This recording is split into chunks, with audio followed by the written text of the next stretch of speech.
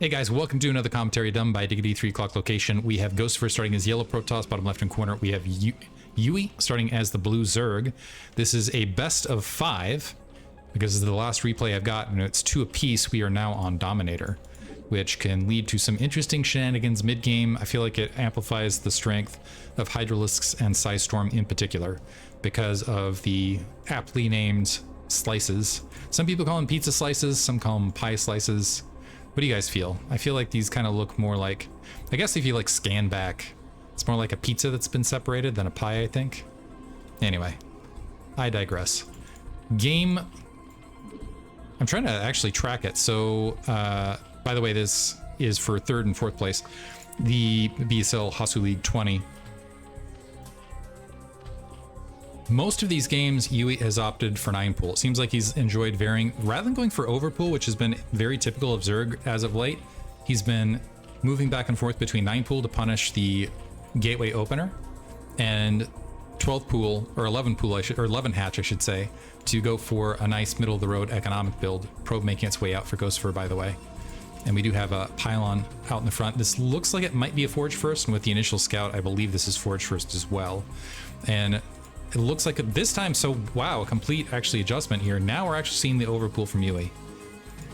So actually going overpool in game 5, and I'm wondering if that's the security pick. This has been kind of more, this has been more typical. This does give an opportunity for the probe to go ahead and harass the natural expansion. Forge will get dropped. I believe you can still go Nexus Cannon in the midst of this. Wondering how many people actually try the, I think you're too late if you go Nexus Forge Cannon, but he's going to go ahead and go, should go Nexus, then Cannon along that, and you only need the single cannon to deal with the initial Zerglings that are making their way out. But this is kind of the problem with the overpools. You still have to deal, at least initially for a few seconds, with that probe blockade. Looks like the 9, to deal with this, what a lot of Zerg have been doing is dropping that hatchery there instead. It's not like you're Maynarding. It's hard to say that. Maynarding is the where you're moving the units as your new base is finished and you start moving your troops out to collect resources early. It's hard to say for me for some reason, but it's with Zerg you just effectively don't do that all that often because you're just using the larvae you have at home base because the larvae are so scarce to begin with. 2 Zerglings dealing with that probe in base, 2 additional Zerglings starting to scramble out on the field. And there is that initial cannon dropped, and that plus the gateway in front, there's still a little bit of a gap, but the probe should be enough to go ahead and block any sort of trouble on the front. So 3 hatcheries on the way. Probe still alive as the gas is being grabbed. That is I think that was about a 240 gas right there. Don't quote me on that, but that's what it looks like, and my commentator sense has been pretty accurate in many instances. I want to rewind the replay and check now, but anyway, gateway, all these people on YouTube now stopping rewinding. I should put that as a trick to get more engagement. I should do that. Put like one of these things like, I wonder what happened 2 minutes ago, so people rewind and rewatch and skip around the video. Then I have like that little most viewed section, little YouTube hacks. Leave a comment and subscribe, blah, blah, blah, blah, blah. I'm just not that type of person, I guess. I know the random crap I could pull. I just want to acknowledge, I know the random games I could pull to increase engagement, but I don't have the heart to deceive my audience to do it. Just, I don't know why. Probably it's just because I don't care that much. I got the people that are watching this that I know, and I recognize that I don't quite have the sheer, there's the acceptance. I don't have the sheer force of will as a single individual to get Brood War to be in the national public eye in the West as it is in Korea. And I guess I've accepted that. And there's all the StarCraft 2 people that are like, StarCraft 2 is the best game, I'm not gonna try out Brood War. It's not like we've all gone back to Pong as far as like eras of games, so I suppose that is understandable. Anyway, with all of that being out of the way, we have some drones being instructed there. 9 o'clock probe is gonna go ahead and exit out. These Zerglings on the task to go ahead, maybe get an assault. 1 Zealot already out, 2nd Zealot queued up. We do have the gateway being built, the Overlord holding fast, actually. A little bit of it, and that should be an Overlord kill regardless. But I think after last game's 973, or a pseudo 973, I think it was 1 drone short of that. After the Hydralisk assault in the previous match, so that was I think it was technically a 972, but they weren't at the typical locations. Yuey a little bit sluggish getting the drone out in position. Probe also able to cycle up, and he is going to be able to verify that the 9 o'clock base is in construction. It looks like we have 5 drones and more queued up here. And recognizing the saturation, oh, by drone. That was quite the slaughter too. But looking at the saturation should recognize that Yuey's powering economically a little bit harder. So going to go ahead and send the zealots out in the field to potentially create an engagement. I think after being spotted, I'm wondering if Yuey, and he sees the zealots making their way across.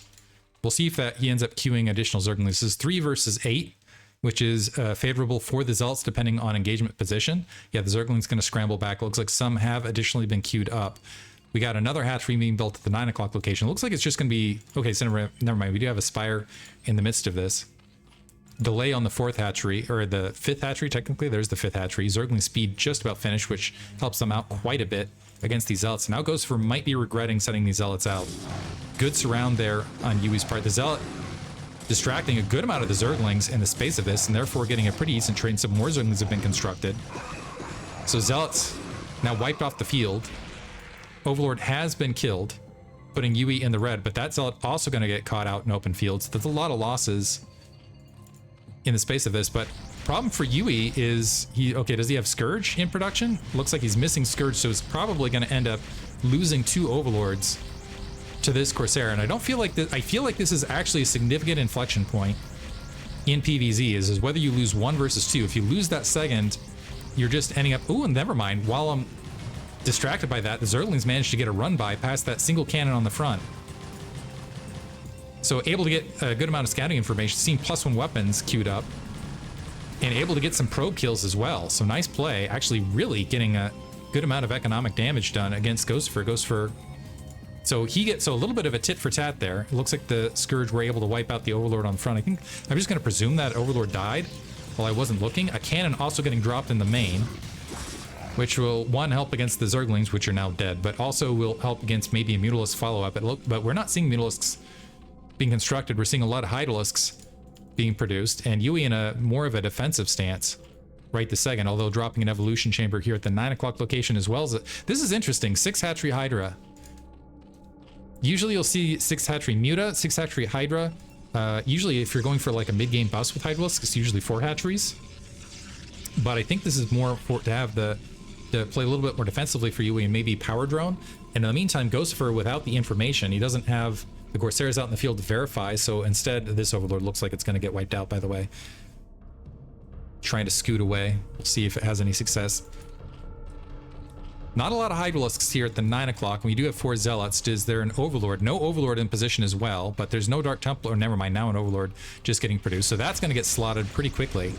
Nice engagement pattern here. So Yuey getting caught off guard, and the Evolution Chamber getting ransacked. Absolutely ransacked. So regardless, this is going to be a big win. Cancellation right there. So that delays +1 weapons on those Hydralisks, which means the High Templar are going to be a little bit more meaty in the mid game. So nice strike right there. I think that was worth it. Corsair cycling around while the Hydralisks are away, seeing what they can get. We do have some Scourge still in the midst of this. And with spotting those Scourge, yeah, the Corsair is just going to draw back. But Yuey still holding, hasn't droned in the space of this. +1 weapons finished on those Zealots. Storm getting is just about halfway done, and it looks like we have some energy being banked. Additional gateways getting plopped down as well. We do have Forge in the main, so we are running at double Forge, so we could see the upgrade lead. One way that Protoss oftentimes ends up overwhelming Zerg is in the upgrade lead, and Yuey getting a lot of Hydralisks to the front now. Only 4 can't. So before I was like, this is Gosufer doing this in the dark, but now it might be necessitated because this is an immense amount of Hydralisks. Although the Hydralisks do not have range yet, there's no Overlord in the forward position. Where's the nearest Overlord? Overlord's nowhere nearby. The Corsair could easily, with the +1, did they get +1? No, that looks like +1 was in fact canceled.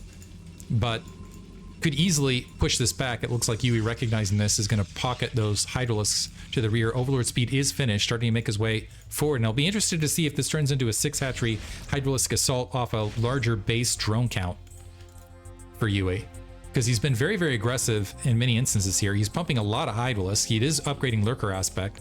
The secondary thing is if with a lot of Hydralisk pressure, you can kind of turn it around into Lurker.